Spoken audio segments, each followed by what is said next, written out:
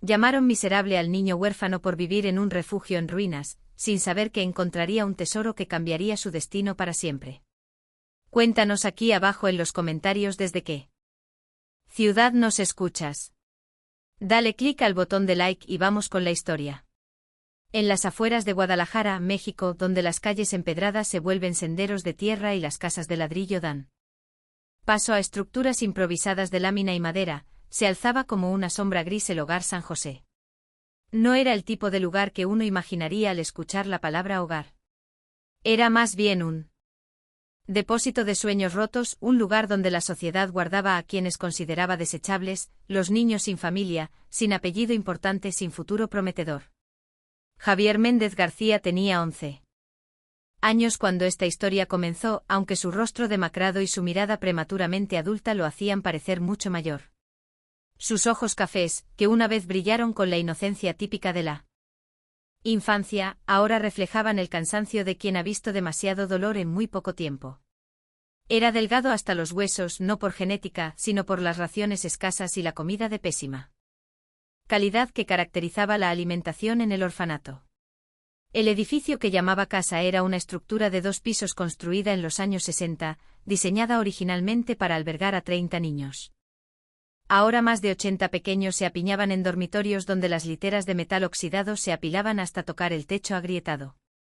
Las paredes, una vez pintadas de un amarillo esperanzador, ahora mostraban manchas de humedad que formaban mapas de miseria en cada rincón. Los baños compartidos funcionaban a medias, con tuberías que gemían en las madrugadas y agua que llegaba apenas 3 horas al día. Javier había llegado a San José cuando tenía 5 años. Su madre, Laura, había muerto en un hospital público después de luchar durante meses contra una enfermedad que los médicos nunca se molestaron en diagnosticar correctamente. Simplemente no había dinero para los estudios necesarios.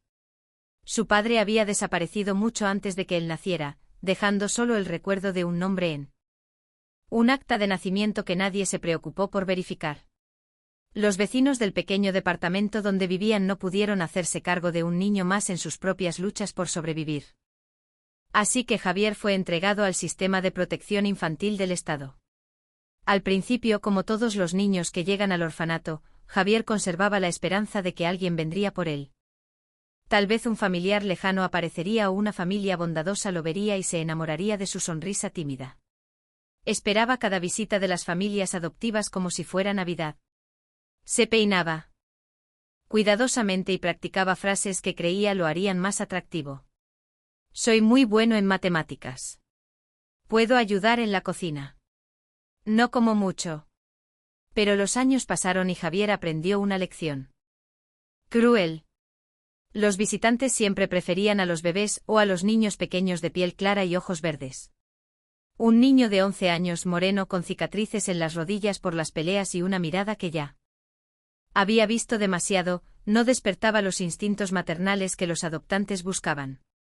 Las familias querían moldear un futuro, no reparar un pasado. El director del orfanato, Germán Vázquez, era un hombre corpulento de 50 años que había convertido su posición en una empresa personal lucrativa. Oficialmente, San José recibía fondos gubernamentales significativos para el cuidado de los menores, además de donaciones de organizaciones benéficas y ciudadanos de buen corazón. En la realidad, esos recursos se desviaban hacia los bolsillos de Vázquez y sus cómplices, mientras los niños sobrevivían con lo mínimo indispensable. La comida consistía principalmente en frijoles aguados, tortillas rancias y ocasionalmente un hueso con algo de carne que servía hasta crear un caldo sin sabor. Los niños aprendieron a no quejarse del hambre porque las quejas resultaban en castigos que incluían quedarse sin la poca comida disponible. Javier había desarrollado la habilidad de hacer que su estómago pareciera lleno bebiendo grandes cantidades de agua antes de las comidas, un truco que compartía con los más pequeños para ayudarlos a soportar el hambre constante. La educación era prácticamente inexistente. Oficialmente los niños asistían a una escuela improvisada dentro del mismo orfanato. Pero la maestra, la señora Rodríguez, era una mujer mayor, más interesada en cobrar su salario que en enseñar. Las clases consistían principalmente en copiar párrafos de libros de texto desactualizados mientras ella leía revistas o dormitaba en su escritorio. Javier había aprendido a leer por su cuenta, devorando cualquier material impreso que cayera en sus manos, periódicos viejos, etiquetas de productos, incluso las instrucciones de medicamentos abandonados. Pero lo que más dolía a Javier no era el hambre ni la falta de educación, ni siquiera la ausencia de una familia. Era la violencia sistemática que Vázquez había implementado como método de control. Los castigos físicos eran rutina diaria: golpes con una regla de metal por infracciones menores, encierro en el sótano húmedo y oscuro por desobediencia y trabajos forzados que incluían limpiarlos. Baños con las manos desnudas por actitudes rebeldes. Javier había aprendido a caminar por los pasillos como un fantasma, evitando el contacto visual, hablando solo cuando se le preguntaba. Directamente moviéndose con la silenciosa eficiencia que desarrollan los supervivientes, pero por dentro una llama de dignidad seguía ardiendo. Se negaba a aceptar que esta fuera su vida para siempre. Se negaba a creer que no merecía algo mejor. La situación se volvió insostenible cuando Vázquez comenzó a implementar un nuevo programa de trabajo. Los niños mayores, especialmente los que se acercaban a los 18 años y pronto serían expulsados del orfanato sin ningún tipo de preparación para la vida adulta, comenzaron a desaparecer misteriosamente. Oficialmente habían sido transferidos a programas de capacitación laboral en otras ciudades. La realidad que Javier descubrió escuchando conversaciones nocturnas entre Vázquez y visitantes sospechosos era mucho más siniestra. Los adolescentes estaban siendo vendidos a redes de explotación laboral en fábricas clandestinas, plantaciones remotas e incluso peores destinos que Javier no quería imaginar. El precio por cada joven oscilaba entre los 5.000 y 10.000 pesos dependiendo de su fuerza física y docilidad. Vázquez había convertido el orfanato en una granja humana, criando niños hasta la edad apropiada para venderlos al mejor postor. La realización de esta terrible verdad golpeó a Javier una noche de noviembre cuando escuchó a Vázquez hablar por teléfono en su oficina sobre el lote de 5 que estará listo para entrega el próximo mes. Entre los nombres mencionados estaba el de Roberto, un muchacho de 17 años que había sido como un hermano mayor para Javier, protegiéndolo de los niños más agresivos y compartiendo con él sus escasas pertenencias. Esa misma noche Javier tomó la decisión que cambiaría su destino. No esperaría a cumplir 18 años para ser expulsado del sistema. Ni mucho menos permitiría ser vendido como ganado. Huiría y aunque no sabía exactamente hacia dónde o cómo sobreviviría en las calles, cualquier cosa era mejor que permanecer en San José esperando un futuro que no existía. Durante las siguientes 2 semanas, Javier planificó meticulosamente su escape. Observó los patrones de vigilancia, memorizó los horarios de las comidas y cambios de turno. Identificó las ventanas que no tenían rejas y las puertas que se cerraban con llaves viejas que podían manipularse. También comenzó a guardar pequeñas porciones de comida, escondiendo pedazos de pan y tortillas en un hueco que había hecho debajo de su colchón. La oportunidad llegó durante una tormenta particularmente violenta en diciembre, los rayos iluminaban el cielo como flashes de cámara gigante y el rugido del trueno ahogaba cualquier sonido menor. Los guardias nocturnos, 2 hombres locales que Vázquez pagaba muy poco por turnos de 12 horas, se habían refugiado en la cocina, jugando cartas y bebiendo el alcohol que robaban de la despensa médica. Javier esperó hasta las 3 de la mañana, cuando incluso los niños más pequeños, que a menudo lloraban por las noches, habían caído en un sueño agotado. Se vistió con toda la ropa que poseía, 2 camisetas, un suéter deshilachado, un pantalón de mezclilla con parches en las rodillas y tenis que ya eran demasiado pequeños para sus pies. Tomó sus pocas pertenencias, una foto borrosa de su madre que había logrado conservar, un pequeño crucifijo que ella le había dado y los pedazos de comida que había estado guardando. El plan era simple pero peligroso. La ventana del baño del segundo piso no tenía rejas, porque daba al lado del edificio que colindaba con un terreno baldío.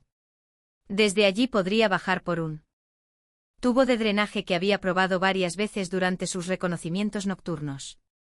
Una vez en el suelo, tendría que correr aproximadamente 200 metros por el terreno lleno de maleza hasta llegar a la calle principal. El escape fue más difícil de lo que había imaginado. La ventana del baño estaba hinchada por la humedad y se resistía a abrirse completamente. Javier tuvo que usar toda su fuerza. Y cuando finalmente cedió, el chirrido del metal oxidado le pareció tan fuerte como una alarma. Se quedó inmóvil durante varios minutos, el corazón golpeándole el pecho como un tambor. Esperando escuchar pasos corriendo hacia el baño. Pero no llegó nadie. La lluvia y el viento habían enmascarado el ruido. Con movimientos cuidadosos, Javier se deslizó por la ventana. Aferrándose al marco con dedos que temblaban tanto por el miedo como por el frío. El tubo de drenaje estaba resbaladizo por la lluvia, y en más de una ocasión estuvo a punto de perder el agarre y caer al vacío. Cuando finalmente tocó el suelo, Javier sintió una mezcla de terror y euforia que nunca había experimentado. Por primera vez en 6 años estaba fuera de San José por su propia decisión.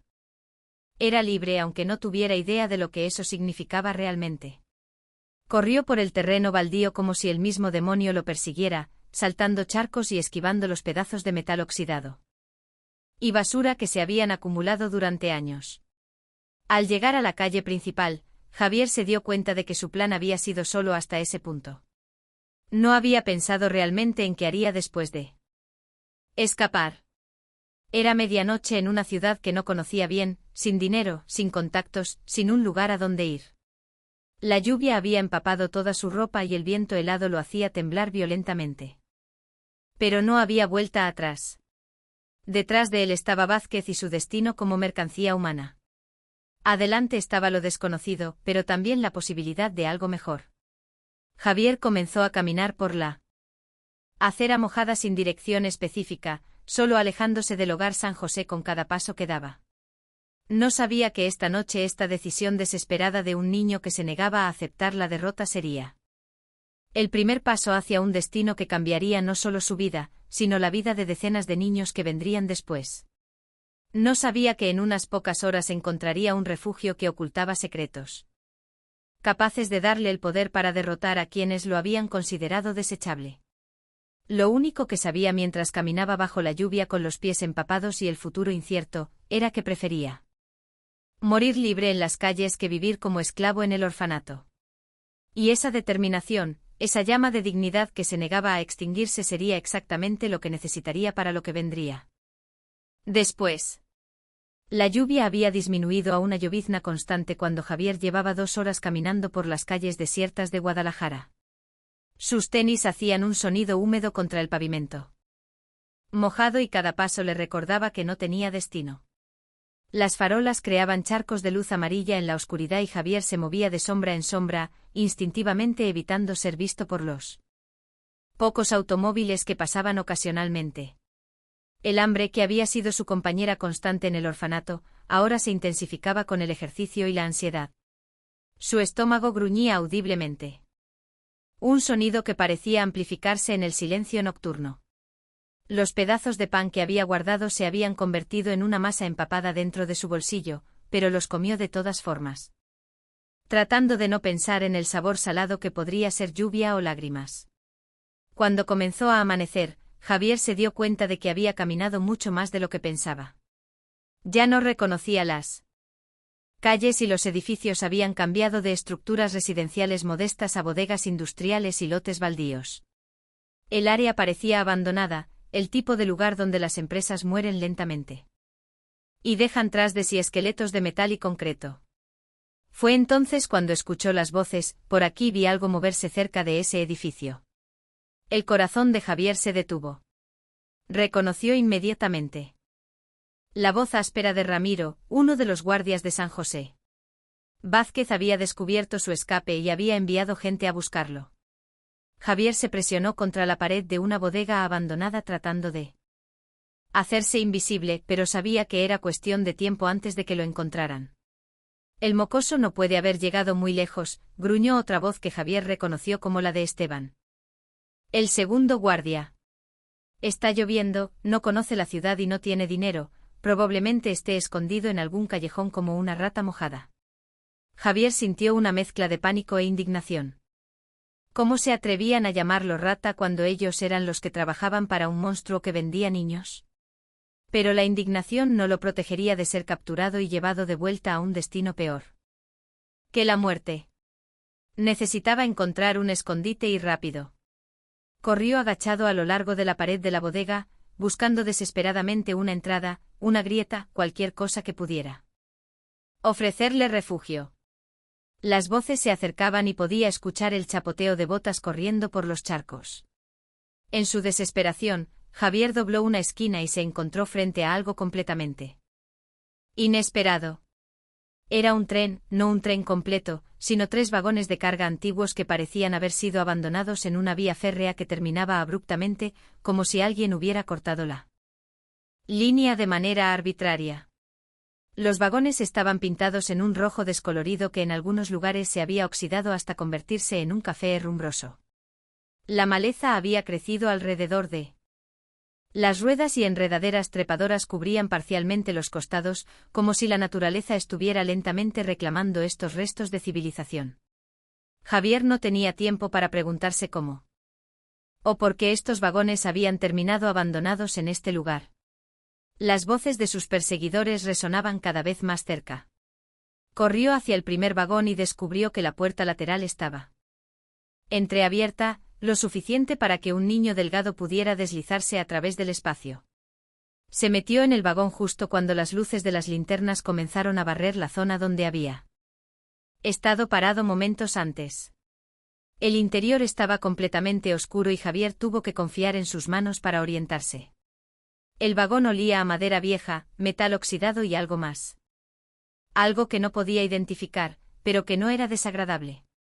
Búscalo bien, ordenó la voz de Ramiro desde afuera. Revisa detrás de esos contenedores y tú ve a ver qué hay del otro lado de esos vagones viejos. Javier contuvo la respiración presionando su cuerpo contra lo que parecía ser una pared interior del vagón. Sus dedos exploraron nerviosamente la superficie y se sorprendió al sentir que no era la pared metálica corrugada que esperaba, sino madera lisa y barnizada. ¿Qué tipo de vagón de carga tenía paredes de madera barnizada? Los pasos se acercaron al vagón y Javier pudo ver destellos de luz filtrándose por las grietas de la puerta entreabierta. Su corazón latía tan fuerte que estaba seguro de que los guardias podrían escucharlo. Una linterna iluminó directamente el espacio por donde había entrado y Javier se encogió tanto como pudo, rogando a Dios que no notaran que la puerta había sido movida recientemente. «Estos vagones están cerrados», gritó Esteban desde afuera. «No hay manera de que el niño haya entrado aquí». «Revisa de todas formas», respondió Ramiro. «El director está furioso. Si no encontramos al mocoso, nos va a culpar a nosotros».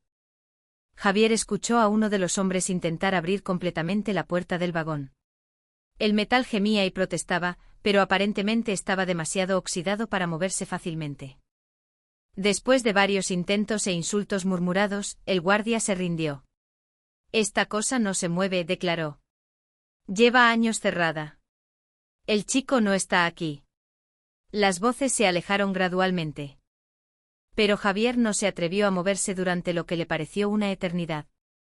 Finalmente, cuando estuvo seguro de que sus perseguidores se habían ido, se permitió relajarse y comenzar a explorar su refugio temporal.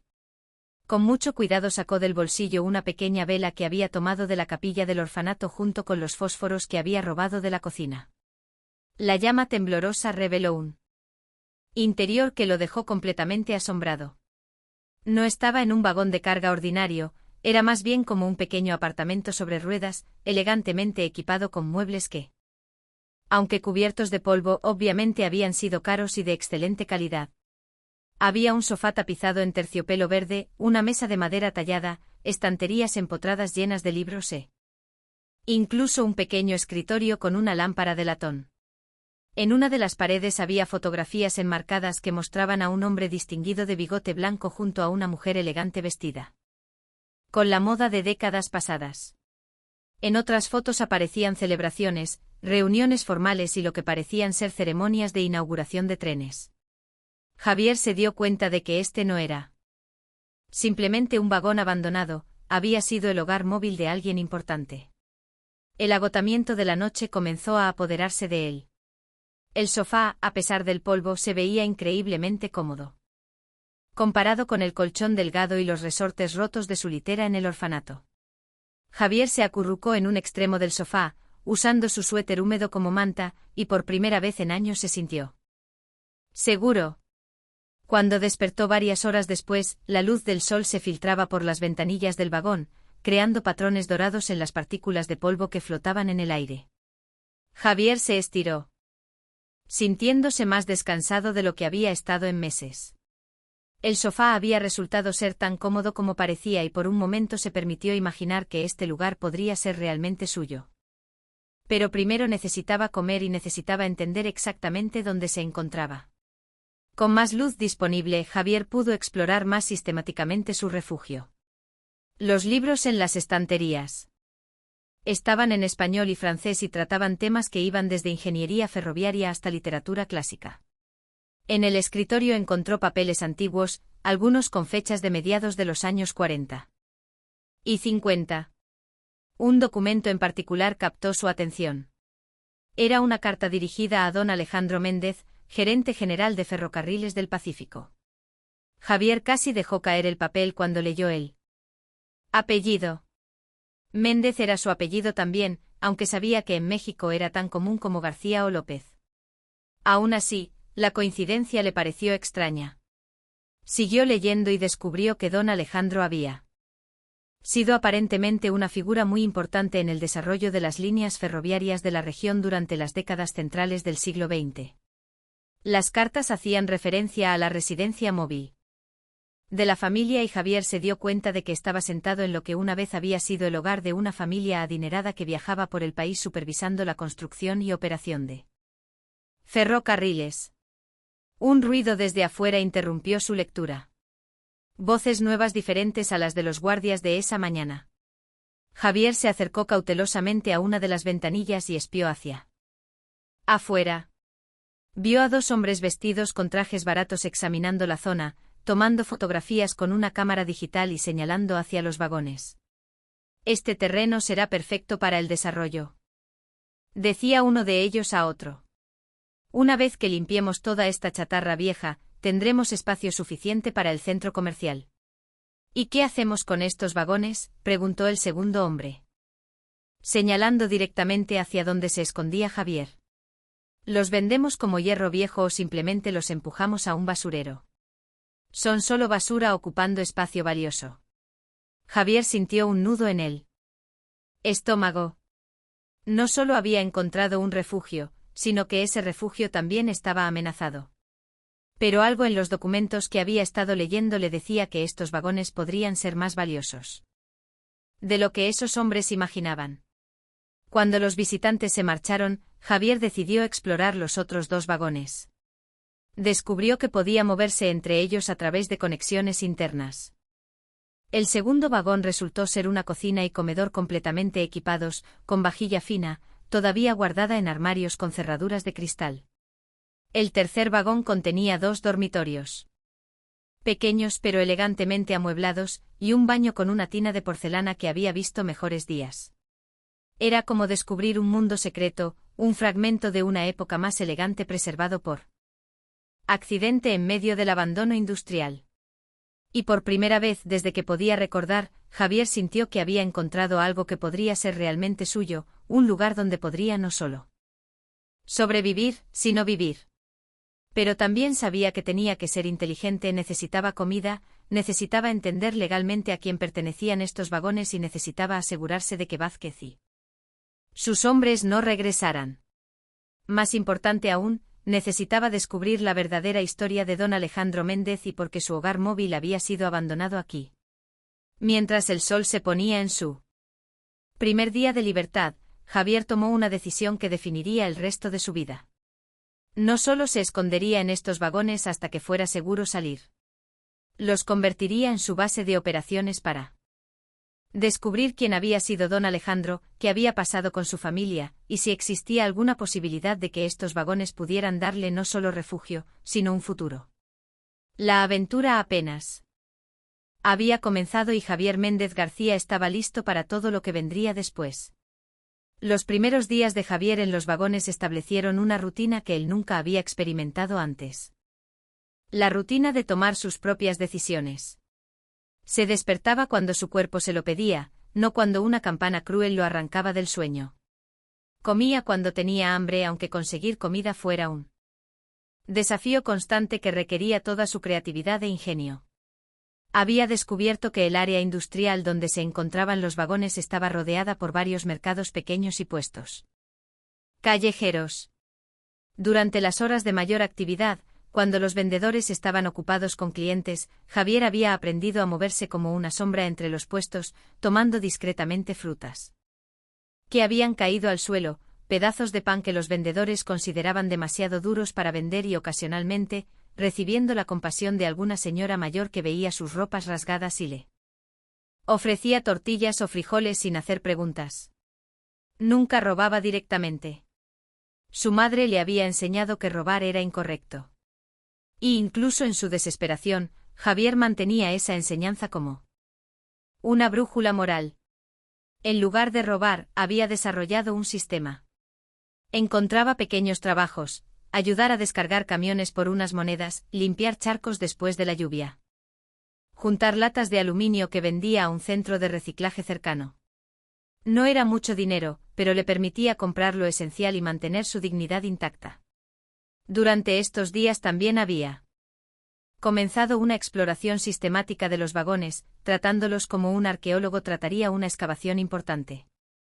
Cada mueble, cada documento, cada fotografía le contaba parte de una historia que se volvía más fascinante cada día. Don Alejandro Méndez no había sido simplemente un empleado de ferrocarriles. Los documentos revelaron que había sido el arquitecto principal del desarrollo ferroviario en la región occidental de México durante los años 40 y 50. Había diseñado rutas que conectaban ciudades previamente aisladas, había supervisado la construcción de puentes que aún hoy eran considerados maravillas de ingeniería y había acumulado una fortuna considerable en el proceso. Pero lo más intrigante era la razón por la cual estos vagones habían sido abandonados aquí. Javier encontró una serie de cartas fechadas en 1958 que pintaban un cuadro dramático de los últimos años de don Alejandro. Aparentemente había habido acusaciones de corrupción en algunos de sus proyectos. Acusaciones que las cartas sugerían eran falsas y motivadas políticamente por competidores envidiosos de su éxito. La correspondencia revelaba que don Alejandro había sido forzado a retirarse prematuramente cuando el gobierno cambió y nuevos funcionarios decidieron revisar todos sus contratos. En lugar de luchar contra las acusaciones en los tribunales, había elegido el exilio voluntario, llevándose a su familia a vivir en Estados Unidos. Los vagones habían sido dejados aquí temporalmente con la intención de enviarlos posteriormente, pero algo había salido mal con esos planes. Javier encontró la pieza final del rompecabezas en un compartimento secreto detrás del escritorio del primer vagón. Era una caja fuerte, pequeña, pero pesada, del tipo que se usaba para documentos importantes. Estaba cerrada, pero Javier había notado que la combinación estaba escrita en números muy pequeños en el marco de una fotografía de la familia Méndez. Cuando la abrió, casi se desmayó por lo que encontró. Dentro había documentos que probaban la inocencia de don Alejandro, contratos originales firmados correctamente, recibos que demostraban que todos los materiales habían sido comprados a precios justos y correspondencia con funcionarios del gobierno que confirmaba que todos sus proyectos habían sido aprobados legalmente. Lo más importante aún, había documentos de propiedad que mostraban que don Alejandro había comprado legalmente este terreno donde estaban los vagones, junto con varios otros lotes en la zona. Los documentos estaban a nombre de Alejandro Méndez y descendientes. Incluían un testamento que establecía que en caso de que don Alejandro muriera sin poder regresar a México, toda su propiedad pasaría a cualquier miembro de la familia Méndez que pudiera probar su parentesco y necesidad. Javier leyó estos documentos una y otra vez con manos temblorosas y el corazón latiendo aceleradamente. ¿Era posible?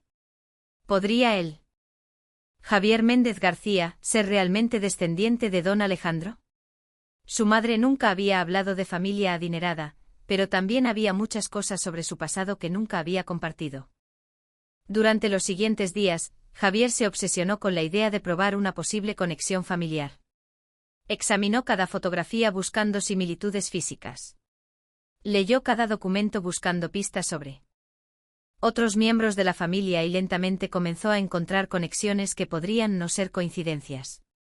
Su abuelo materno, según su acta de nacimiento, se había llamado Antonio Méndez. Javier recordaba vagamente que su madre había mencionado que el padre de ella había trabajado en los ferrocarriles cuando era joven antes de convertirse en carpintero. Y había una fotografía en el segundo vagón que mostraba a don Alejandro junto a varios empleados jóvenes, uno de los cuales tenía un parecido asombroso con las pocas fotos que Javier conservaba de su abuelo. Pero incluso si lograba probar la conexión familiar, ¿qué significaría eso realmente? Los documentos tenían más de 60 años. Las leyes habían cambiado y Javier era menor de edad sin representación legal. Necesitaba ayuda, pero ¿en quién podía confiar? Fue durante su tercera semana en los vagones, cuando Javier se dio cuenta de que no era el único interesado en el terreno. Los hombres de trajes habían regresado varias veces, siempre con personas diferentes, siempre tomando medidas y haciendo planes. Había escuchado fragmentos de conversaciones que sugerían que planeaban comenzar la construcción de un centro comercial en pocos meses. Pero más preocupante aún, Javier había notado que ocasionalmente llegaban al área hombres que reconocía del orfanato. No los guardias que lo habían perseguido la noche de su escape, sino otros empleados de Vázquez. Parecían estar investigando la zona de manera sistemática, como si supieran que estaba escondido en algún lugar cercano. Una tarde, mientras organizaba los documentos que había encontrado, Javier escuchó voces familiares que lo hicieron congelarse de terror. Era Vázquez en persona acompañado por dos hombres que Javier no reconocía. El mocoso está por aquí en algún lado, decía Vázquez con su voz áspera y autoritaria.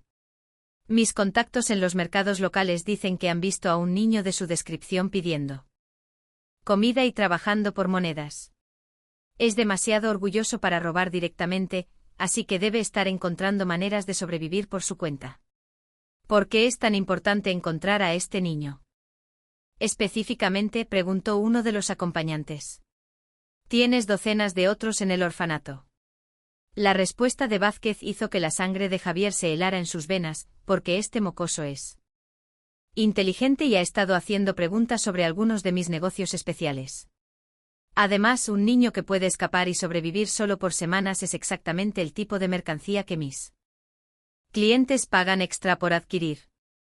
Los compradores extranjeros valoran la inteligencia y la iniciativa.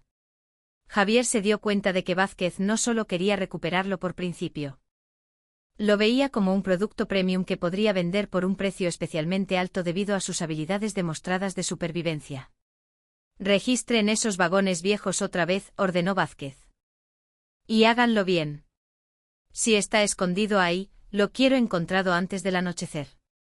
Javier tuvo apenas segundos para reaccionar.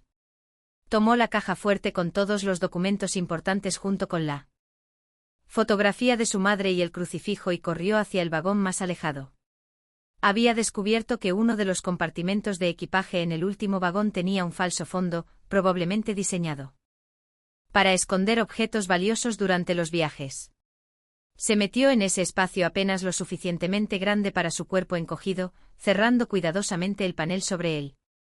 Desde su escondite, Javier pudo escuchar a los hombres forzar las puertas de los vagones y registrar cada rincón. Tiraron muebles, vaciaron cajones y golpearon paredes buscando compartimentos secretos. Su búsqueda duró más de 1 hora y Javier tuvo que contener la respiración múltiples veces cuando los pasos se acercaron peligrosamente a su escondite. No está aquí, finalmente declaró uno de los hombres. Si alguna vez estuvo, se ha ido. Mantengan vigilancia en la zona, ordenó Vázquez antes de irse y averigüen quién está planeando desarrollar este terreno. Si va a haber construcción pronto, el niño tendrá que encontrar otro lugar donde esconderse. Cuando finalmente fue seguro salir, Javier encontró sus vagones completamente destrozados. Los muebles habían sido volteados. Los documentos esparcidos por el suelo, las fotografías rotas. Pero lo más devastador era la realización de que este refugio ya no era seguro. Vázquez sabía que estaba en la zona y era solo cuestión de tiempo antes de que lo encontrara.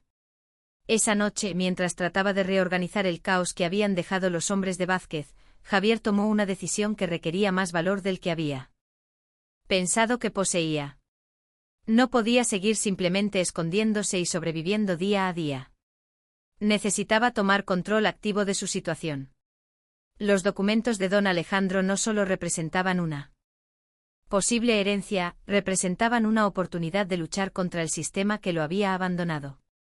Si podía probar su derecho a este terreno, tendría recursos para protegerse.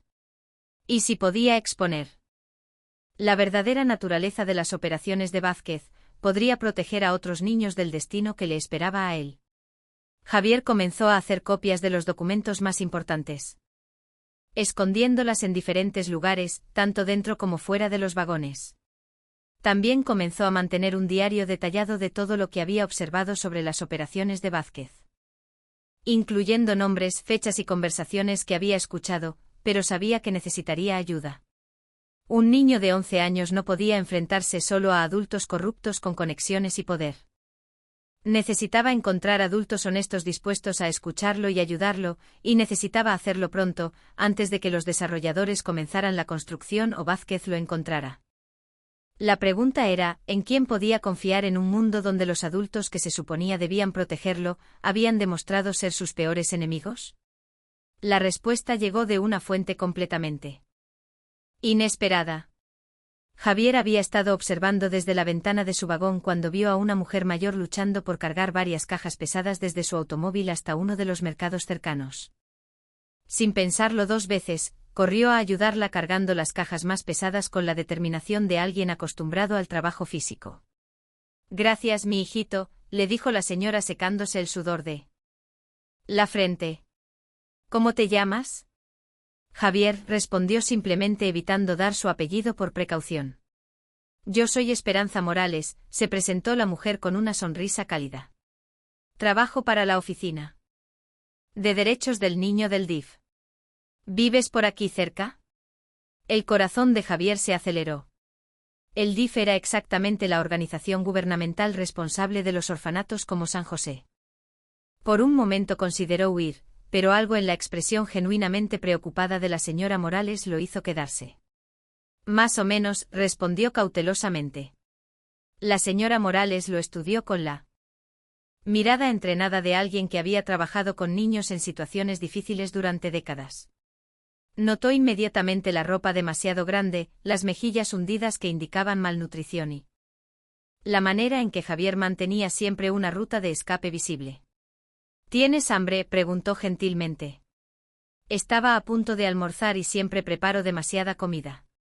Javier había aprendido a ser desconfiado de los adultos que ofrecían ayuda, pero había algo genuino en la voz de la señora Morales que lo tranquilizó. Además, había estado viviendo principalmente de frutas caídas y tortillas durante semanas. Una comida casera real sonaba como un sueño. Durante el almuerzo en un pequeño restaurante familiar, la señora Morales no hizo preguntas directas sobre la situación de Javier, pero sí compartió historias sobre su trabajo. Habló de niños que había ayudado a encontrar familias amorosas, de casos donde había logrado exponer orfanatos abusivos y de la constante lucha contra un sistema que a menudo valoraba más la burocracia que el bienestar infantil. El problema, explicó mientras compartían un plato de enchiladas, es que muchos de estos lugares operan como negocios privados disfrazados de caridad. Los directores se vuelven ricos mientras los niños sufren y cuando alguien trata de investigar, de repente todos los documentos desaparecen o los testigos tienen miedo de hablar. Javier casi se atragantó con su comida. Era como si la señora Morales estuviera describiendo exactamente la situación del hogar San José. ¿Qué pasaría?, preguntó Javier. Cuidadosamente. Si un niño tuviera evidencia de ese tipo de abuso, pero fuera menor de edad y no tuviera familia. La señora Morales dejó su tenedor y miró a Javier directamente a los ojos. Dependería del tipo de evidencia y de si el niño estuviera dispuesto a confiar en los adultos correctos. Conozco abogados especializados en derechos infantiles que trabajarían gratis en casos de abuso institucional. Fue en ese momento cuando Javier tomó la decisión que cambiaría todo. Necesitaba ayuda y la señora Morales parecía ser exactamente el tipo de adulto que había estado buscando. Pero no podía contarle toda la verdad de inmediato. Necesitaba probar que podía confiar en ella. Señora Morales, dijo Javier eligiendo cuidadosamente sus palabras. ¿Qué sabe usted sobre el hogar San José? La expresión de la mujer se endureció inmediatamente. ¿Por qué preguntas sobre ese lugar?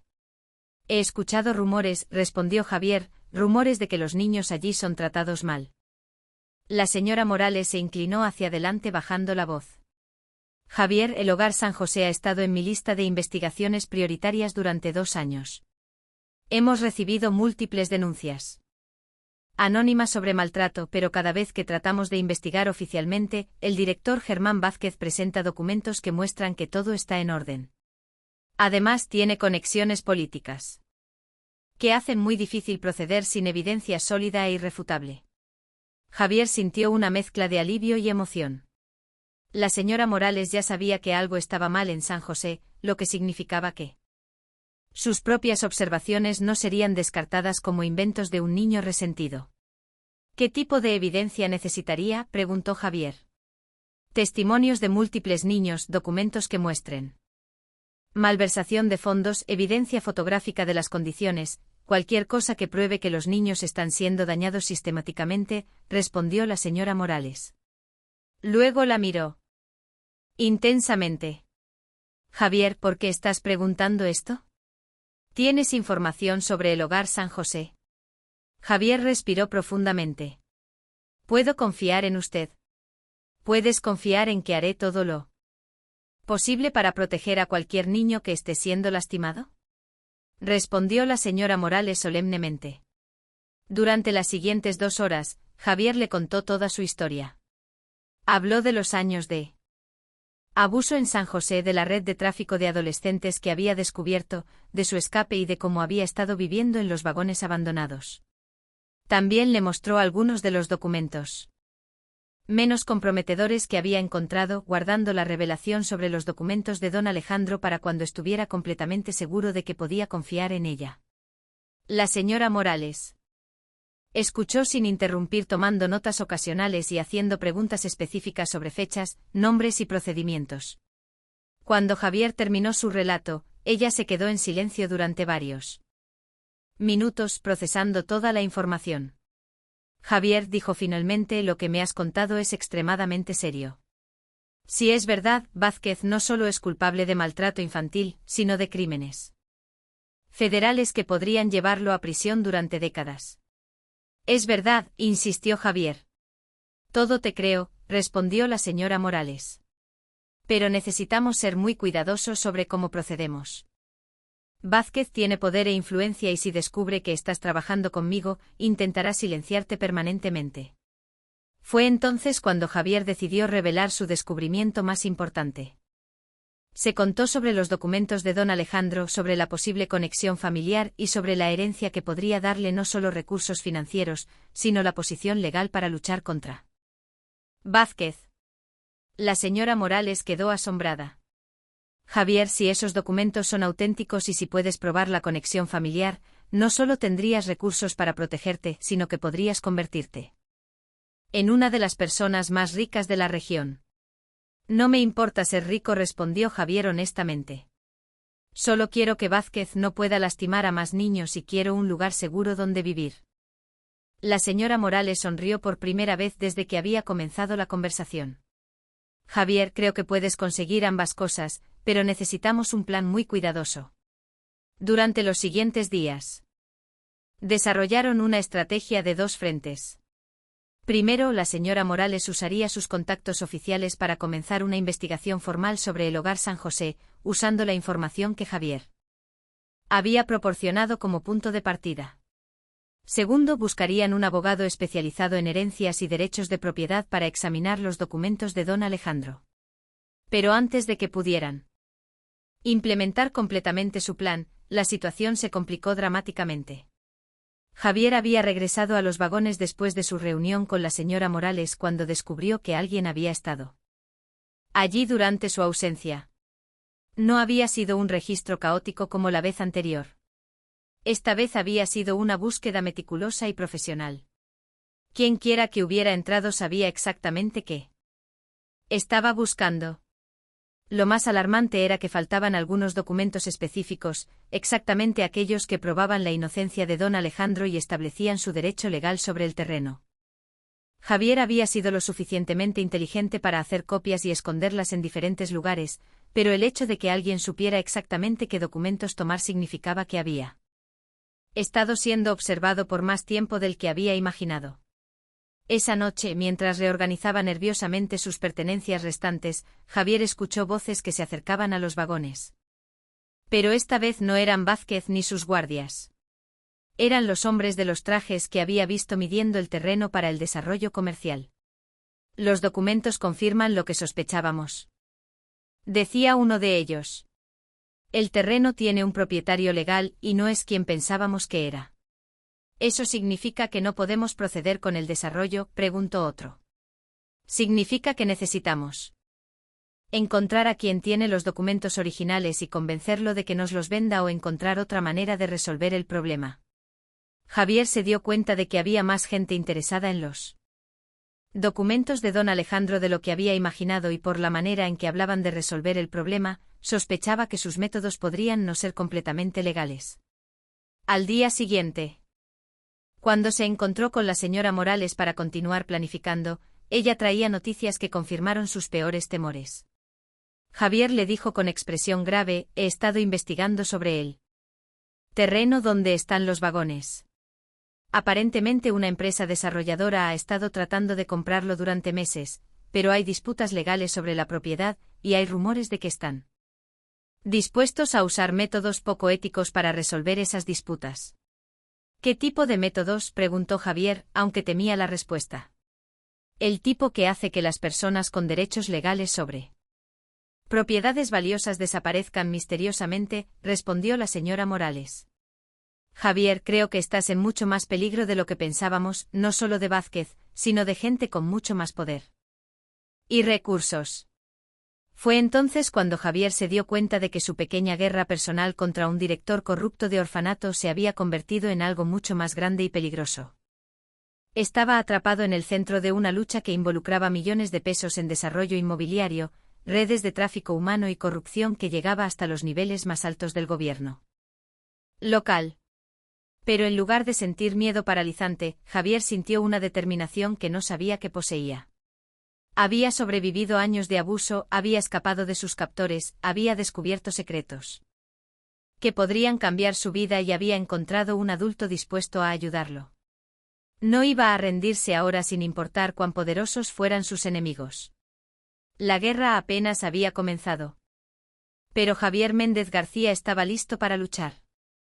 La estrategia de Javier y la señora Morales tuvo que cambiar drásticamente después de descubrir la verdadera magnitud de las fuerzas que operaban contra ellos. Ya no se trataba simplemente de exponer a un director corrupto de orfanato. Estaban enfrentando una red compleja de corrupción que incluía desarrollo inmobiliario ilegal, tráfico humano y funcionarios gubernamentales comprometidos. La señora Morales había usado sus contactos para investigar más profundamente tanto a Vázquez como a la empresa desarrolladora llamada Constructores Unidos del Pacífico. Lo que descubrió fue perturbador. La empresa había adquirido múltiples terrenos en la zona durante los últimos años, siempre a precios sospechosamente bajos y siempre después de que los propietarios originales hubieran decidido voluntariamente vender o simplemente hubieran desaparecido. Javier, le explicó la señora Morales durante una reunión secreta en la biblioteca pública, hemos estado investigando esta empresa durante meses en casos no relacionados. Tienen conexiones con lavado de dinero, intimidación y posiblemente cosas peores. El hecho de que estén interesados en tu terreno significa que los documentos de don Alejandro representan una amenaza seria para sus planes. Javier había estado pensando en el mismo problema. Pero, ¿cómo supieron que yo tenía los documentos? Nadie sabía sobre ellos, excepto usted. La expresión de la señora Morales se ensombreció. Es posible que hayan estado vigilando el terreno durante mucho tiempo esperando que alguien encontrara los documentos.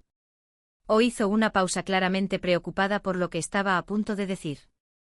¿O qué? Presionó Javier. ¿O hay alguien dentro de mi oficina que está trabajando con ellos? He notado que algunos de mis casos relacionados con corrupción inmobiliaria han sido misteriosamente reasignados o archivados sin explicación. La realización de que incluso las instituciones que se suponía debían proteger a los niños podrían estar comprometidas fue devastadora para Javier. Pero también lo motivó a ser más estratégico en su enfoque. Necesitamos aliados. Que estén completamente fuera del sistema, decidió Javier. Gente que no tenga conexiones oficiales que puedan ser comprometidas. Fue entonces cuando la señora Morales mencionó al licenciado Roberto Jiménez, un abogado de derechos humanos que trabajaba independientemente y tenía reputación de tomar casos difíciles, sin importar cuán poderosos fueran sus oponentes. También mencionó a Elena Vargas, una periodista investigativa que se especializaba en exponer corrupción gubernamental. El problema, explicó la señora Morales, es que tanto Roberto como Elena han recibido amenazas en el pasado por su trabajo. Involucrarlos significa ponerlos en peligro adicional. Javier había estado viviendo en peligro constante durante semanas. La idea de poner a otros en riesgo por ayudarlo le causaba una angustia genuina, pero también sabía que si no actuaba, muchos más niños sufrirían el destino que él había escapado. ¿Podríamos al menos hablar con ellos?, preguntó Javier. Explicarles la situación y dejar que ellos decidan si quieren ayudar.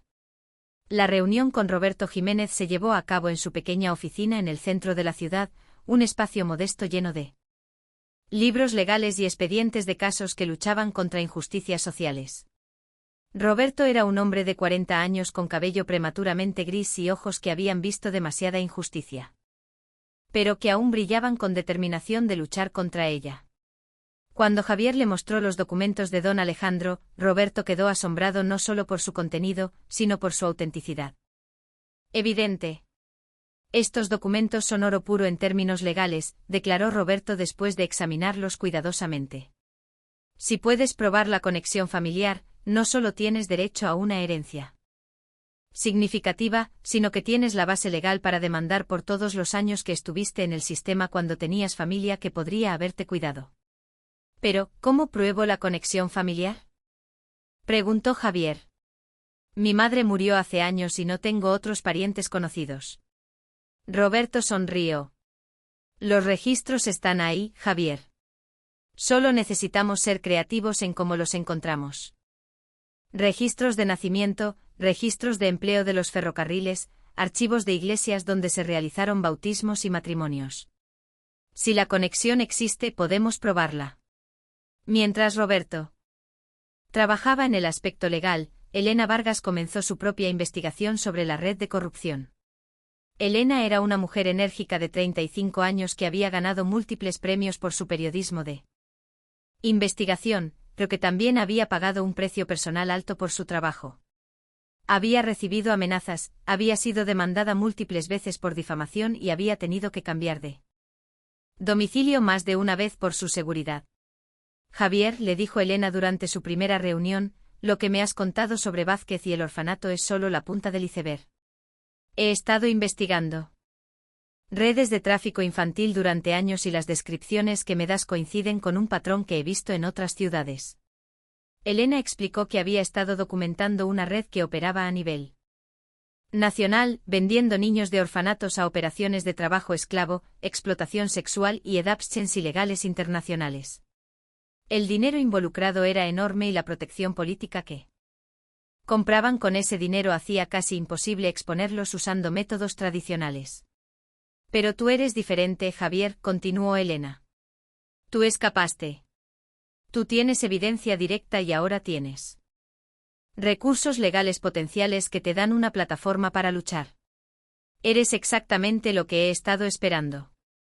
Un testigo creíble con los recursos para hacer que su testimonio sea escuchado. Durante las siguientes semanas, el equipo trabajó en múltiples frentes. Roberto investigaba los registros familiares. Elena recopilaba evidencia sobre la red de corrupción y la señora Morales Continuaba su investigación oficial mientras trataba de identificar qué empleados de su oficina podrían estar comprometidos. Mientras tanto, Javier continuaba viviendo en los vagones. Pero ahora con un sistema de seguridad más sofisticado. Elena le había dado un teléfono celular con GPS para emergencias y Roberto había instalado cámaras pequeñas que documentarían cualquier intruso.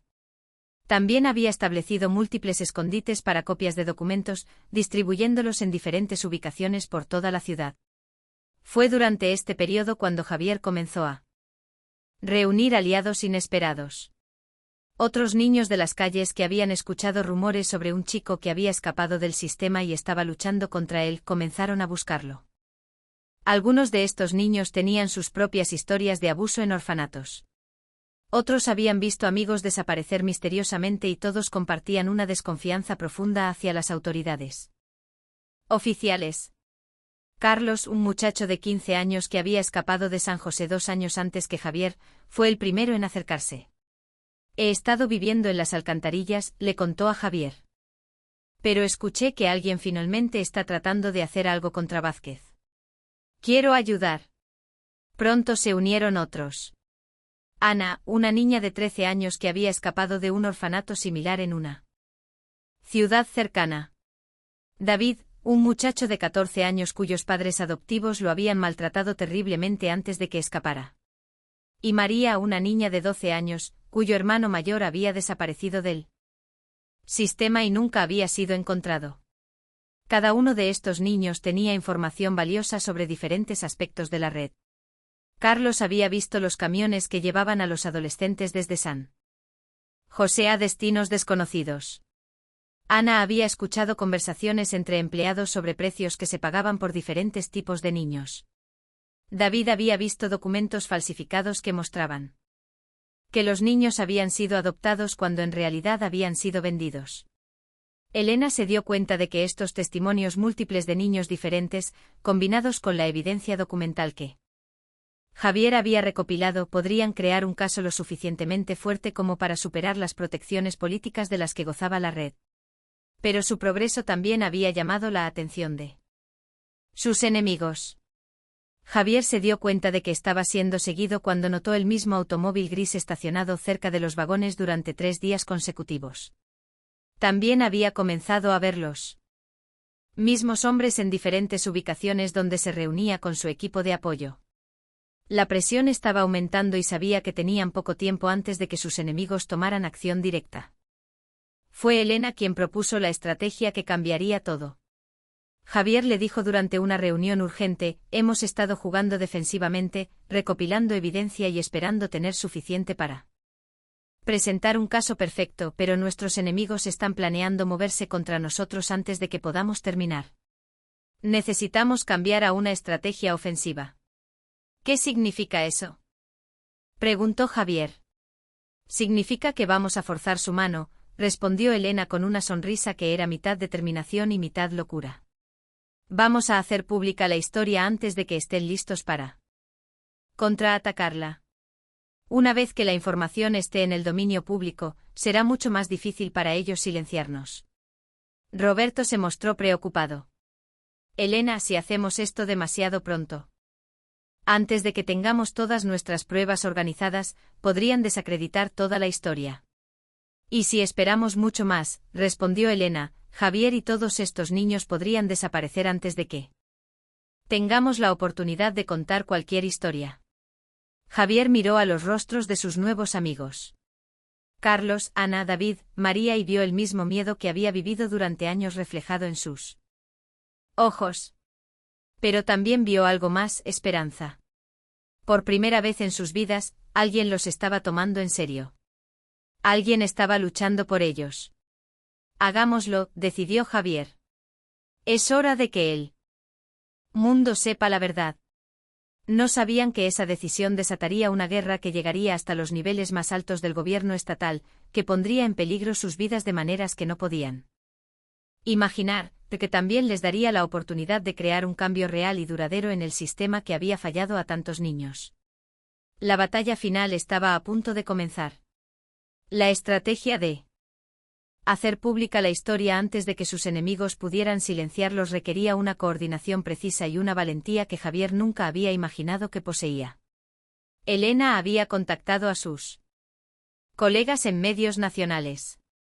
Roberto había preparado demandas legales que se presentarían simultáneamente en múltiples jurisdicciones. Y la señora Morales había organizado inspecciones sorpresa, coordinadas con funcionarios de nivel federal que aún no habían sido comprometidos por la red de corrupción. Pero antes de que pudieran ejecutar su plan, la situación se complicó de manera dramática. Javier había regresado a los vagones después de una reunión de planificación cuando descubrió algo que le heló la sangre en las venas. Los otros niños, Carlos, Ana, David y María, estaban allí. Pero no solos. Vázquez estaba con ellos junto con 4 hombres que Javier no reconocía, pero que claramente no eran empleados del orfanato. Javier, gritó Carlos cuando lo vio. Es una trampa. No siguieron y uno de los hombres desconocidos le dio un golpe a Carlos, que lo silenció inmediatamente. Javier se dio cuenta de que tenía segundos para decidir entre huir e intentar salvar a sus amigos o quedarse y arriesgar que todos fueran capturados. La decisión fue tomada por él cuando vio que María, la más pequeña del grupo, estaba llorando y tenía un moretón en la mejilla. La ira que sintió Javier en ese momento superó cualquier instinto de autopreservación. «Déjenlos ir», gritó saliendo de su escondite. «Soy yo quien quieren. Ellos no han hecho nada». Vázquez sonrió con la expresión de un depredador que finalmente ha acorralado a su presa. «Javier, qué bueno verte. Has causado muchos problemas durante las últimas semanas. Déjenlos ir», repitió Javier, «y haré lo que quieran». «O harás lo que queramos de todas maneras», respondió Vázquez, «pero estos niños han visto y oído demasiado. No podemos simplemente dejarlos ir». Fue entonces cuando Javier se dio cuenta de que Vázquez no estaba planeando simplemente llevárselos de vuelta al orfanato. La presencia de los hombres desconocidos, la manera en que hablaba sobre los niños haber visto demasiado, todo indicaba algo mucho más siniestro. «Además», continuó Vázquez, «tú tienes algo que necesitamos. Esos documentos viejos que encontraste. Nuestros socios comerciales están muy interesados en asegurarse de que esos documentos nunca vean la luz del día». «¿Los documentos de don Alejandro?», preguntó Javier tratando de ganar tiempo mientras pensaba en alguna manera de ayudar a sus amigos. «Exactamente esos», confirmó uno de los hombres desconocidos. «Ese terreno vale mucho dinero, niño, y tú estás interfiriendo con planes que han estado en desarrollo durante años». Javier se dio cuenta de que había subestimado completamente la importancia de los documentos que había encontrado. No se trataba solo de una herencia personal. Estaban obstaculizando un desarrollo comercial que aparentemente valía millones de pesos. «Si les doy los documentos», negoció Javier, «dejarán ir a mis amigos». Vázquez y el hombre desconocido intercambiaron una mirada que confirmó los peores temores de Javier. No tenían intención de dejar ir a ninguno de los niños sin importar lo que él hiciera. Fue en ese momento cuando Javier escuchó el sonido más hermoso de su vida. Sirenas de policía acercándose rápidamente. Elena y Roberto no habían estado esperando pasivamente mientras Javier se reunía con los otros niños. Cuando él no había regresado a la hora acordada, habían activado su plan de emergencia. Elena había llamado a sus contactos en los medios para reportar una historia en desarrollo. Roberto había contactado a la Policía Federal con información sobre tráfico infantil en progreso y la señora Morales había activado protocolos de emergencia que requerían respuesta inmediata. Los hombres de Vázquez entraron en pánico cuando se dieron cuenta de que estaban a punto de ser descubiertos en el acto de secuestrar menores. Comenzaron a empujar a los niños hacia un vehículo que habían estacionado cerca de los vagones, pero la llegada de múltiples patrullas policiales frustró su escape. Lo que siguió fue un caos controlado que Javier recordaría vívidamente durante el resto de su vida. Los oficiales de Policía Federal, dirigidos por comandantes que Roberto había contactado específicamente porque estaban fuera del círculo de corrupción local, rodearon el área. Elena llegó con un equipo de cámara documentando todo lo que sucedía. La señora Morales dirigía a trabajadores sociales que inmediatamente se hicieron cargo del cuidado de los niños rescatados. Vázquez y sus cómplices fueron arrestados en el acto, capturados. Literalmente en el proceso de secuestrar menores. Pero más importante aún, los documentos y evidencia que habían confiscado de los vagones fueron recuperados y se convirtieron en evidencia oficial en múltiples investigaciones criminales. Durante las semanas que siguieron, la historia explotó en los medios nacionales e internacionales. Elena había presentado la historia como la red de tráfico infantil que operaba como orfanato y la evidencia recopilada por Javier y sus amigos proporcionó la base para investigaciones que se extendieron a múltiples estados. Roberto trabajó incansablemente para establecer la conexión familiar de Javier con don Alejandro. Los registros de la iglesia donde había sido bautizado el abuelo de Javier confirmaron que Antonio Méndez era efectivamente hijo de Alejandro Méndez. Los registros de empleo de los ferrocarriles mostraron que Antonio había trabajado para su padre antes de establecer su propia carpintería y una fotografía encontrada en los archivos de la empresa ferroviaria mostró claramente a Javier junto a don Alejandro en una celebración familiar. Pero el verdadero momento de transformación para Javier llegó cuando se dio cuenta de que su lucha había inspirado un cambio sistemático real. Los arrestos de Vázquez y sus cómplices habían llevado a investigaciones que expusieron la red de tráfico infantil en múltiples ciudades. Docenas de niños fueron rescatados de situaciones de explotación y las leyes de supervisión de orfanatos fueron fortalecidas significativamente. La señora Morales, cuya integridad había sido confirmada por las investigaciones, fue promovida para dirigir un nuevo departamento especialmente creado para combatir el tráfico infantil. Elena ganó reconocimiento internacional por su reportaje, que fue nominado para premios importantes de periodismo. Roberto se convirtió en una figura nacional en la defensa de derechos infantiles y Javier, que había comenzado como un niño abandonado sin esperanza ni futuro, se encontró súbitamente en posesión de una herencia que lo convertía en uno de los jóvenes más adinerados de la región. Pero más importante aún, había ganado algo que el dinero no podía comprar: una familia elegida que incluía a todos los adultos que habían arriesgado sus carreras para protegerlo y todos los niños cuyas vidas había ayudado a salvar. Carlos, Ana, David y María fueron colocados en hogares de custodia temporal mientras se buscaban familias adoptivas apropiadas para cada uno. Pero Javier se aseguró de que todos mantuvieran contacto y de que tuvieran acceso a los recursos necesarios para sanar de sus traumas y construir futuros exitosos. El momento más emotivo para Javier llegó cuando Roberto le presentó los documentos legales finales, que confirmaban oficialmente su herencia. No solo había heredado los vagones y el terreno donde estaban ubicados, sino múltiples propiedades en toda la región, inversiones que habían crecido durante décadas y suficiente dinero para asegurar que nunca más tendría que preocuparse por supervivencia básica. Pero cuando Roberto le preguntó qué quería hacer con su nueva riqueza, la respuesta de Javier sorprendió a todos los adultos presentes. Quiero convertir el Hogar San José en un lugar donde los niños realmente estén seguros y felices, declaró Javier. Y quiero usar mi dinero para asegurarme de que ningún niño tenga que pasar por lo que nosotros pasamos. La señora Morales sonrió con lágrimas en los ojos. Javier, ¿estás seguro? Es mucho dinero y podrías usarlo para vivir cómodamente durante toda tu vida. Señora Morales, respondió Javier con una madurez que impresionó a todos. He aprendido que la verdadera comodidad no viene de tener dinero para uno mismo, viene de saber que estás usando tus recursos para hacer que el mundo sea mejor para todas las personas que amas. Elena comenzó a llorar abiertamente. Javier, ¿te das cuenta de lo que estás diciendo? ¿Estás hablando de dedicar tu vida a ayudar a otros niños en situaciones como la que tú viviste?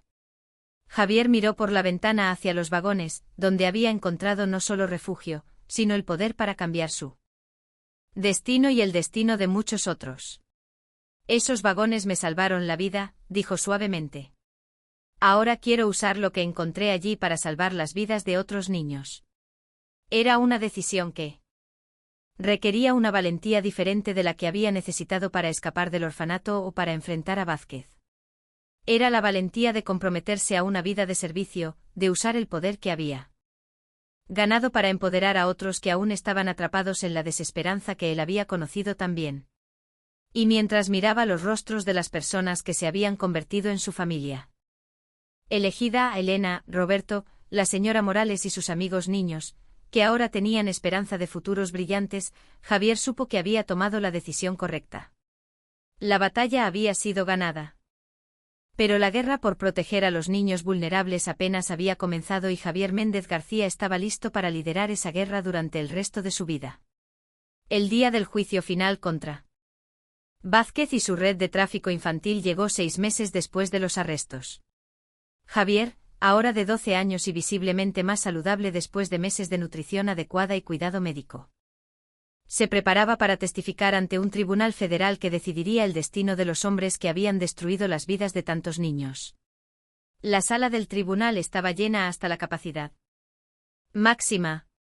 Elena había organizado cobertura mediática nacional e internacional y representantes de la ONU, organizaciones de derechos humanos de todo el mundo, habían venido a presenciar lo que muchos consideraban un caso decisivo en la lucha contra el tráfico infantil. Roberto, actuando como abogado representante de Javier y los otros niños afectados, había pasado meses preparando un caso que no solo buscaría justicia por los crímenes cometidos, sino que también establecería precedentes legales para prevenir futuros abusos.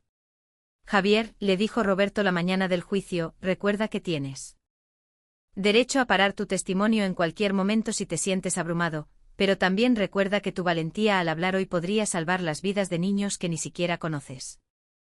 Javier había estado preparándose para este momento durante meses. Había trabajado con terapeutas especializados en trauma infantil para procesar sus experiencias de una manera que le permitiera hablar de ellas sin ser retraumatizado. También había practicado su testimonio múltiples veces, asegurándose de que pudiera comunicar claramente todos los detalles importantes. Cuando llegó el momento de testificar, Javier caminó hacia el estrado con una confianza que sorprendió a todos los presentes. Ya no era el niño asustado y malnutrido que había escapado del orfanato. Era un joven que había encontrado su voz y estaba determinado a usarla para proteger a otros. Diga su nombre para el registro, pidió el fiscal. Javier Méndez García, respondió Javier claramente. Javier. ¿Puede contarnos sobre su experiencia en el Hogar San José? Durante las siguientes 2 horas, Javier contó su historia sin omitir detalles importantes. Habló de la malnutrición sistemática, de los castigos físicos brutales, de la venta de adolescentes a redes de explotación y de la cultura de terror que Vázquez había creado para mantener a los niños demasiado asustados para buscar ayuda. Pero Javier también habló de algo más, de la resistencia que había desarrollado, de la dignidad que se había negado a abandonar y de la determinación que lo había llevado a luchar por su libertad y la libertad de otros. Cuando el abogado defensor de Vázquez intentó desacreditar el testimonio de Javier, sugiriendo que un niño de su edad no podía recordar detalles con precisión, Roberto presentó evidencia que respaldaba cada afirmación que Javier había hecho. Fotografías de las condiciones del orfanato, documentos financieros que mostraban la malversación de fondos. Testimonios de otros empleados que habían sido intimidados para permanecer callados. Pero el momento más dramático del juicio llegó cuando Carlos, Ana, David y María testificaron uno por uno. Cada uno contando su propia experiencia de abuso y explotación. El poder de múltiples testimonios consistentes de niños diferentes, todos corroborando los mismos patrones de abuso. Creó un caso que era imposible de refutar. Elena había organizado que los testimonios fueran transmitidos en vivo por televisión nacional con la identidad de los niños protegida, pero sus voces claramente audibles. Era la primera vez en la historia de México que víctimas de tráfico infantil habían testificado públicamente de esta manera y el impacto en la opinión pública fue inmediato y poderoso. Cuando Vázquez finalmente tomó el estrado para defenderse, intentó presentarse como un administrador dedicado que había sido malentendido y falsamente acusado por niños resentidos. Pero Roberto había preparado una estrategia que demolió completamente esta defensa. Señor Vázquez, preguntó Roberto durante el interrogatorio, ¿puede explicar por qué los registros financieros muestran que usted compró 3 automóviles de lujo y una casa de vacaciones con un salario oficial de empleado público? Vázquez balbuceó una respuesta incomprensible sobre inversiones exitosas. ¿Y puede explicar por qué tenemos grabaciones de conversaciones telefónicas donde usted discute precios para entregar lotes de 5 o 6 unidades a ubicaciones específicas? La estrategia defensiva de Vázquez se desmoronó completamente cuando Roberto presentó evidencia tras evidencia de sus crímenes, incluyendo documentos que mostraban pagos específicos recibidos por niños, transferidos a ubicaciones que resultaron ser operaciones de trabajo esclavo. El momento más devastador para la defensa llegó cuando Roberto presentó testimonios de varios de los adolescentes que habían sido vendidos por Vázquez y posteriormente rescatados por investigaciones en otras ciudades. Estos jóvenes, ahora en sus años 20, testificaron sobre años de explotación que habían comenzado en el Hogar San José. Cuando el juicio terminó y el jurado se retiró a deliberar, Javier se sintió agotado, pero también aliviado. Había hecho todo lo que podía para asegurar que se hiciera justicia.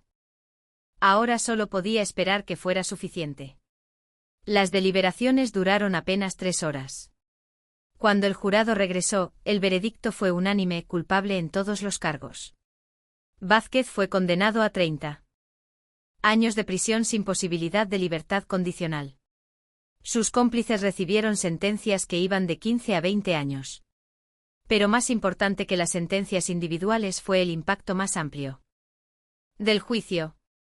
Las revelaciones habían llevado a investigaciones en todo el país que resultaron en la reforma completa del sistema de protección infantil. Se establecieron nuevos protocolos de supervisión. Se crearon sistemas de reporte anónimo para empleados que observaran abuso y se implementaron inspecciones sorpresa regulares por parte de organizaciones independientes.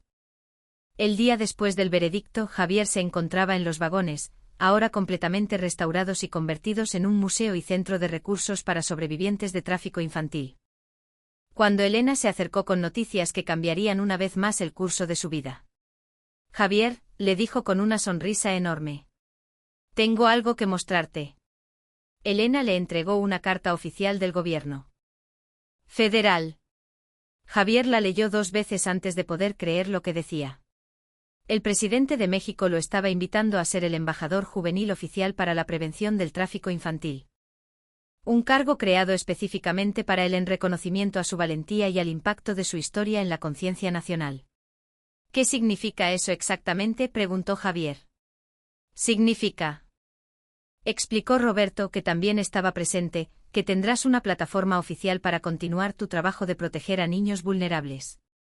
Tendrás recursos gubernamentales, acceso a tomadores de decisiones y la autoridad para proponer cambios en las políticas que afectan a niños en todo el país. Javier miró por la ventana del vagón hacia el área donde una vez había sido un terreno baldío y que ahora estaba siendo convertido en un centro integral de servicios para familias en crisis. Su herencia había hecho posible no solo la construcción del centro, sino también la creación de un fondo permanente que garantizaría su operación durante generaciones. ¿Creen que puedo hacer una diferencia real?, preguntó Javier. La señora Morales, que había estado observando silenciosamente, se acercó y puso su mano en el hombro de Javier. Mi hijito, ya has hecho una diferencia real. Has salvado las vidas de docenas de niños. Has cambiado leyes que protegerán a miles más. Y has demostrado que la edad no determina la capacidad de una persona para luchar por la justicia. Elena sonrió. Javier, cuando te conocí, eras un niño asustado que solo quería sobrevivir. Ahora eres un joven que tiene el poder de cambiar el mundo. Y lo más increíble es que nunca has perdido la compasión y humildad que te hicieron digno de ese poder. En primer lugar, Javier se quedó en silencio durante varios minutos, procesando todo lo que había cambiado en su vida durante el último año. Había pasado de ser un niño desechable en un orfanato corrupto a ser una voz reconocida nacionalmente para los derechos de los niños. Pero más importante aún, había encontrado una familia en las personas que habían elegido arriesgar todo para protegerlo. Acepto el nombramiento, decidió Javier finalmente, pero con una condición. ¿Cuál?, preguntó Roberto. Que Carlos, Ana, David y María sean nombrados como mis asesores oficiales. Ellos entendieron esta lucha desde el principio y merecen estar involucrados en las soluciones. Elena comenzó a llorar otra vez. Javier, ¿te das cuenta de que acabas de demostrar exactamente por qué eres la persona correcta para este trabajo? No estás buscando gloria personal. Estás buscando maneras de elevar a otros que han pasado por las mismas experiencias.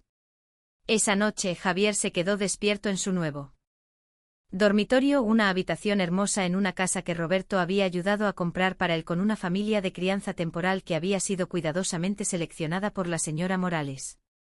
Pensando en todo lo que había cambiado. Un año antes. Había sido un niño sin esperanza, sin futuro, sin voz. Ahora era una persona con el poder de cambiar las vidas de niños en todo el país. Pero lo que más valoraba no era el poder o el dinero o el reconocimiento, era el conocimiento de que nunca más estaría solo y que ningún niño bajo su protección tendría que sentir la desesperanza que él había conocido. La transformación estaba completa, pero la misión apenas había comenzado.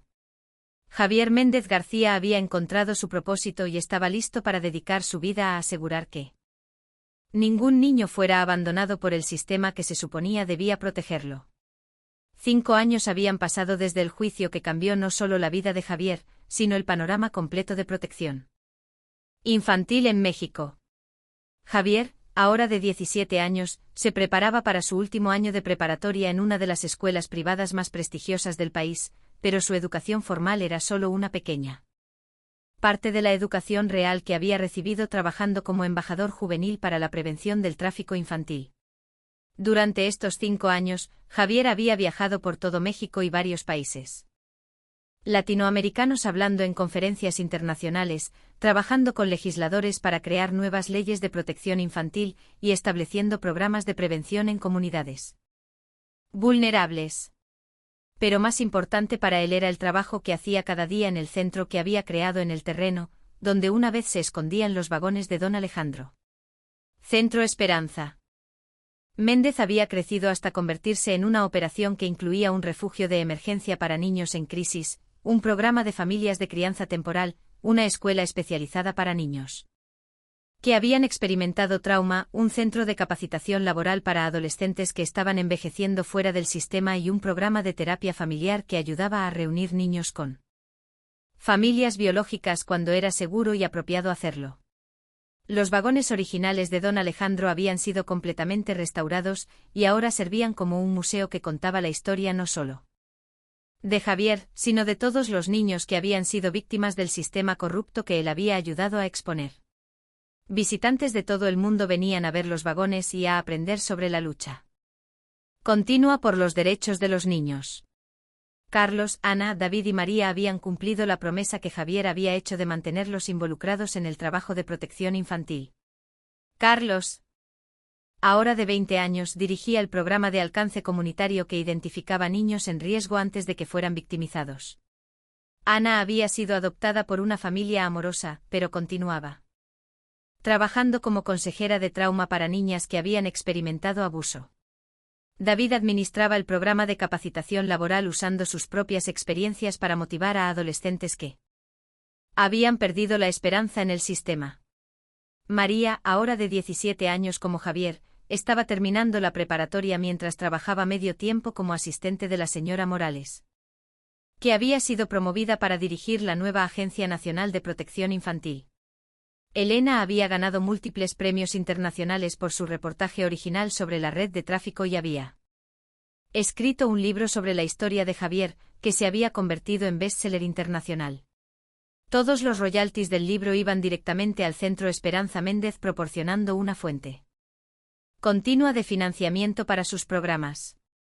Roberto había sido nombrado director de una nueva organización legal sin fines de lucro que proporcionaba representación gratuita a niños en el sistema de protección. Su trabajo había establecido precedentes legales que garantizaban que todos los niños en custodia del Estado tuvieran acceso a representación legal independiente. Pero para Javier los éxitos más importantes no eran los reconocimientos internacionales o los cambios en las políticas. Eran las cartas que recibía de niños cuyas vidas habían sido cambiadas por los programas que había ayudado a crear, como la carta de Sofía, una niña de 10 años que había sido rescatada de una situación de trabajo infantil y ahora estaba prosperando con una familia de crianza capacitada por él. Centro Esperanza. Javier, quiero que sepas que ahora voy a la escuela todos los días y tengo mi propia cama con sábanas limpias. Mi mamá de crianza dice que soy muy inteligente y que puedo serlo. Que quiera cuando crezca. Quiero ser como tú y ayudar a otros niños. O como la carta de Eduardo, un adolescente de 15 años que había envejecido fuera del sistema, pero había encontrado capacitación laboral y apoyo emocional en el centro. Hermano, antes de conocer tu historia pensaba que no había futuro para niños como nosotros. Ahora tengo un trabajo en una empresa de tecnología y estoy ahorrando dinero para la universidad, pero más importante, ya no tengo miedo del futuro. El día más significativo para Javier llegó en su cumpleaños, cuando recibió noticias que habían estado esperando durante años. Los últimos miembros de la red de tráfico infantil que había comenzado a exponer habían sido finalmente capturados en una operación internacional coordinada. La red completa había sido desmantelada, sus operaciones cerradas permanentemente y cientos de niños rescatados y colocados en situaciones seguras. Javier, le dijo la señora Morales durante la celebración de cumpleaños en el centro cuando te conocí hace 6 años, eras un niño que había sido abandonado por todos los sistemas que se suponía debían protegerte. Hoy eres un joven que ha creado nuevos sistemas que protegen a miles de niños. Javier miró alrededor del salón de celebración lleno de niños que ahora tenían esperanza, trabajadores sociales que tenían herramientas efectivas para hacer su trabajo, familias que habían sido reunificadas o creadas a través de adopción y adolescentes que habían encontrado propósito ayudando a otros niños. Señora Morales, respondió Javier. He aprendido que los sistemas no son más fuertes que las personas que trabajan dentro de ellos. Cuando las personas buenas se niegan a aceptar la injusticia, pueden cambiar cualquier sistema sin importar qué tan corrupto o poderoso sea. Elena, que había estado documentando la celebración para un seguimiento de su historia original, sonrió mientras grababa. Javier, ¿qué planes tienes para después de graduarte de preparatoria? Javier había estado considerando esa pregunta. Durante meses había recibido ofertas de becas completas de universidades en México, Estados Unidos y Europa. También había recibido ofertas para trabajar con organizaciones internacionales de derechos humanos, pero su respuesta sorprendió a muchos de los presentes. Voy a estudiar Derecho, anunció Javier. Quiero obtener la educación formal que necesito para ser aún más efectivo en esta lucha. Pero también voy a continuar viviendo aquí y trabajando en el centro. He aprendido que el cambio real no sucede en oficinas elegantes o conferencias internacionales. Sucede en el trabajo diario de personas que se preocupan por niños específicos con nombres y historias específicas. Roberto se acercó a Javier después del anuncio. Javier, ¿estás seguro? Tienes oportunidades de estudiar en las mejores universidades del mundo. Javier miró por la ventana hacia los vagones restaurados, donde había encontrado no solo refugio, sino su propósito en la vida. Roberto, usted me enseñó que la verdadera educación no es solo lo que aprendes en libros, es lo que aprendes viviendo principios importantes y aplicándolos para hacer que el mundo sea mejor. No hay universidad en el mundo que pueda enseñarme más sobre justicia que el trabajo que estoy haciendo aquí. Carlos, que había estado escuchando la conversación, sonrió. Javier tiene razón. Todos nosotros hemos recibido la mejor educación posible. Hemos aprendido que somos capaces de crear el cambio que queremos ver en el mundo. Ana asintió. Y hemos aprendido que la familia verdadera no es solo la gente que comparte tu sangre, es la gente que comparte tus valores y está dispuesta a luchar contigo por lo que es correcto. David agregó: lo más importante es que hemos aprendido que el pasado no determina el futuro. No importa qué tan terrible sea donde comenzaste, lo que importa es lo que decides hacer con las oportunidades que tienes. María, la más joven del grupo original, pero ahora una líder respetada en el centro, tuvo la última palabra. Javier, cuando nos conocimos, todos éramos niños rotos que no teníamos esperanza. Ahora somos una familia que está sanando al mundo. Eso no es algo que aprendes en una universidad. Eso es algo que creas viviendo con propósito. Esa noche Javier caminó solo por el centro después de que todos se habían ido a casa. Se detuvo frente a los vagones iluminados, donde había comenzado su transformación de víctima a defensor. Pensó en don Alejandro Méndez, cuya herencia había hecho posible no solo su seguridad financiera, sino su capacidad de crear un impacto duradero. Pero más que eso, pensó en su madre, Laura, que había muerto creyendo que no había futuro para su hijo. Si pudiera verlo ahora, vería que había criado a un hijo que no solo había sobrevivido al abandono y abuso, sino que había usado esas experiencias para asegurar que otros niños no tuvieran que sufrir de la misma manera. Javier había aprendido que la verdadera transformación no es escapar de tu pasado, sino usar tu pasado para crear un futuro mejor para otros. No se trata de olvidar el dolor, sino de convertir ese dolor en compasión. No se trata de buscar venganza contra quienes te lastimaron, sino de asegurarte de que no puedan lastimar a otros. Mientras caminaba de vuelta a su casa, una casa real con una familia real que lo amaba incondicionalmente, Javier sabía que había encontrado su verdadero hogar no en un lugar específico, sino en el trabajo de proteger a los más vulnerables. El niño huérfano, que había sido llamado miserable por vivir en un refugio en ruinas, había encontrado el mayor tesoro de todos. El conocimiento de que su vida tenía un propósito que se extendía mucho más allá de sí mismo y la capacidad de usar ese propósito para crear esperanza donde una vez había habido solo desesperación. La historia había comenzado con abandono, pero terminaba con pertenencia. Había comenzado con victimización, pero terminaba con empoderamiento. Había comenzado con un niño solo, luchando por sobrevivir, pero terminaba con una comunidad entera dedicada a asegurar que ningún niño tuviera que luchar solo nunca más. Y esa era la verdadera medida del tesoro que Javier había encontrado. No era medido en dinero o propiedades, sino en vidas cambiadas. Esperanza restaurada y un futuro donde los niños más vulnerables de la sociedad sabían que tenían defensores que nunca se rendirían en la lucha por protegerlos. Javier Méndez García había encontrado su hogar, había encontrado su familia, había encontrado su propósito y había usado todo eso para asegurarse de que otros niños como él nunca tuvieran que sentir el abandono y la desesperanza que él había conocido. La transformación estaba completa, pero el trabajo continuaría durante toda su vida. Y esa era exactamente la manera en que Javier quería que fuera. Si te emocionaste con esta historia de superación infantil, suscríbete al canal para no perderte las próximas historias inspiradoras. Cuéntanos en los comentarios si conoces alguna historia similar de niños que lograron cambiar su destino. Que Dios proteja a todos los niños que luchan por un futuro mejor.